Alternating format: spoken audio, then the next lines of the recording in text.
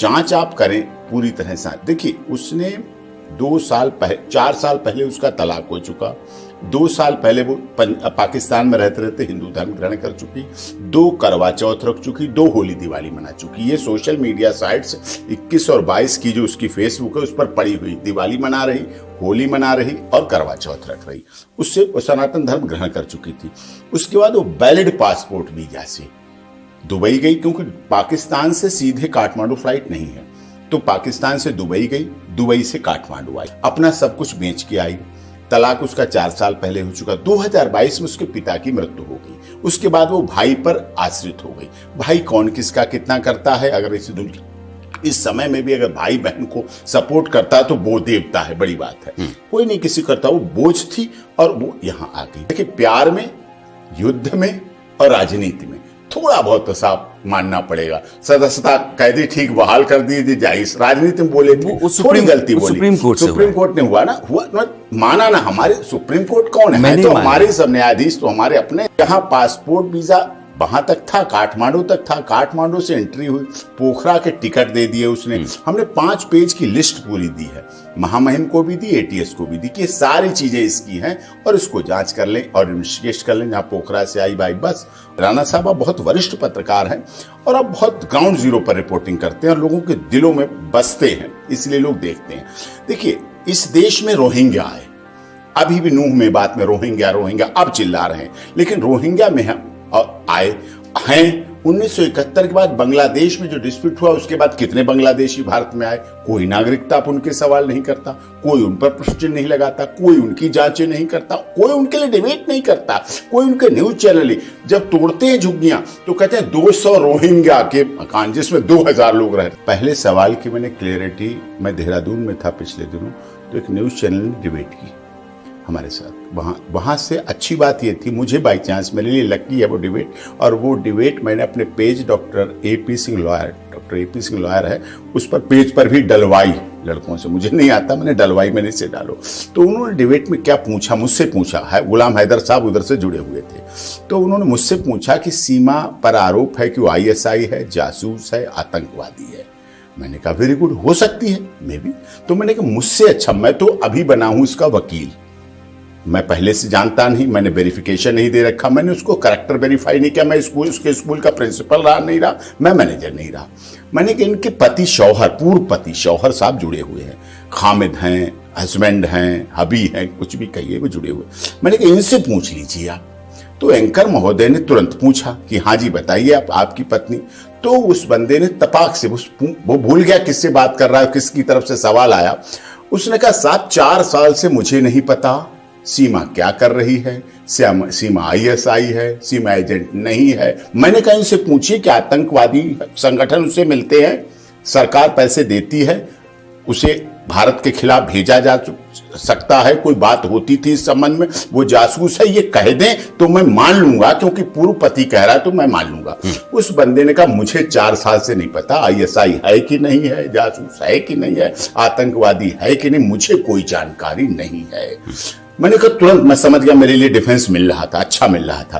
मैंने तुरंत सवाल कहा, मैंने कहा एक बार 4 बच्चों को और क्लियरिफाई कर लो आप, कि हमें DNA कराना पड़ेगा, तो कम से कम 2 माता पिता कह दें तो फिर बच्चों की DNA नहीं कराना पड़ेगा, बच्चों का अस्तित्व पे आगे नहीं पता करना पड़ेगा कौन।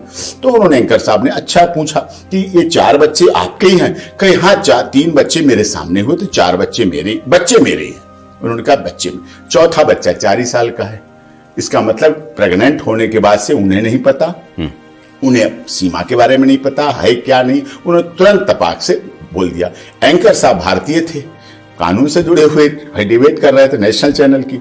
उन्होंने तुरंत कहा हैदर साहब आप चुप गए, एपी सिंह बड़े माहिर वकील हैं, और उन्होंने अपना डिफेंस ले लिया और शायद अभी मेरी डिबेट एविडेंस के रूप में कभी पेश करेंगे। भाई रिकॉर्ड में रख लेना संभाल के, ये 65B का सर्टिफिकेट लगा के। मुझे और दर्शक, उसमें बहुत पैनल में जुड़े हुए थे लोग, बड़े ऑडियंस जुड़ी हुई, सबको बुला लेंगे कि आपने कह दिया है कि 4 साल से आपको कोई पता नहीं, अता नहीं, जानकारी नहीं, कोई नहीं। हमारे देश में अब ट्रिपल तलाक क्वैश हुआ है, एक चीज पहले से नहीं था, अब ट्रिपल, पहले यही था फोन पे कह दिया तब भी हो गया, पहली बीवी को वो तलाक दे चुके हैं, ये भी स्वीकार कर लिया उन्होंने। दूसरी बीवी ये थी, पहली बीवी के बच्चे वो रख रहे हैं अपने साथ, इसके बच्चों को नहीं रखा इसकी लाख रिक्वेस्ट के बाद। तीसरी बीवी अब रह रही उनके साथ, वहां रह रही तीसरी बीवी और उसके बच्चे, और पहली बीवी के बच्चे, इतने रह रहे हैं। इसको बिल्कुल छोड़ रखा। सीमा के शोहर की 3 शादियां, 3 शादी इस समय, तीसरी अभी तीसरी है, चौथी भी हो अल्लाह ताला चाहे 4 हो 5 हो कुछ भी हो। अच्छा ठीक, अब शरीयत क्या कहती है? आपने बड़ा वाजिब पॉइंट, कानूनी सवाल, शरीयत क्या कहती है, मोहम्मद लॉ कहता है, मुस्लिम लॉ क्या कहता है? ठीक अभी अंजू वहां पहुंची पाकिस्तान में। अंजू के यहाँ 2 बच्चे थे, शादीशुदा थी, पति था, माता पिता थे, कोई डाइवोर्स नहीं हुआ, कोई तलाक नहीं हुआ। हिंदू मैरिज एक्ट से शादी जुड़ी हुई थी अरविंद की, तो तलाक तो हुआ नहीं।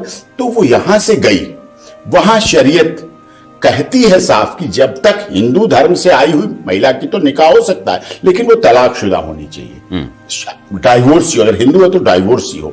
अंजू डाइवोर्सी भी नहीं थी, तलाकशुदा भी नहीं थी, और उन्होंने उसको निकाह भी कबूल करा दिया, निकाह रजिस्टर्ड भी हो गया, निकाह की मैरिज रजिस्ट्रेशन भी हो गया 2 ही दिन के अंदर, सारा कुछ करके वलीमा भी हो गया, सुहागरात भी हो गई, हनीमून भी हो गया, हरी हरी चुनरिया हिल स्टेशन पर, आइसोलेटेड हिल स्टेशन पर लहरा भी गई, ड्रोन से शूटिंग भी हो गई, सारे चैनल पे। आपका तो बहुत बड़ा चैनल, आपके यहां भी वो डाइवोर्स की डिग्री और डाइवोर्स का तलाक निकाह नामा और वो सब आपकी टेबल पे भी आ गया, फोटोग्राफ आ गया, 40 लाख का गिफ्ट भी मिल गया, सरकारी नौकरी भी मिल गई, और उनको 50 सिक्योरिटी गार्ड भी मिल गए। डीआईजी पाकिस्तान पुलिस ने प्रेस कॉन्फ्रेंस भी कर दी।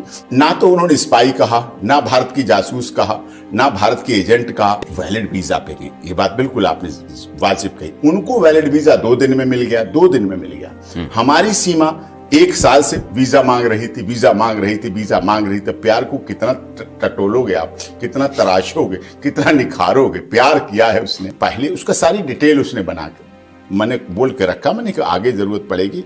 पहली बार आई अपने पैसे से, वैलिड पासपोर्ट वीजा से, दुबई से काठमांडू, 8 दिन रही होटल में, रहे, पैसे दिए, कहीं उधारी नहीं है, कहीं उधारी चीटिंग का फ्रॉड का नहीं। हमारे नेताओं पर तो फ्रॉड के बड़े बड़े केस चलते हैं दुनिया भर में घोटाले के, लेकिन सीमा पर सचिन पर फ्रॉड नहीं है, बैंकरप्सी नहीं है, घोटालेबाजी नहीं है, और आरोप कुछ भी लगाएं आप।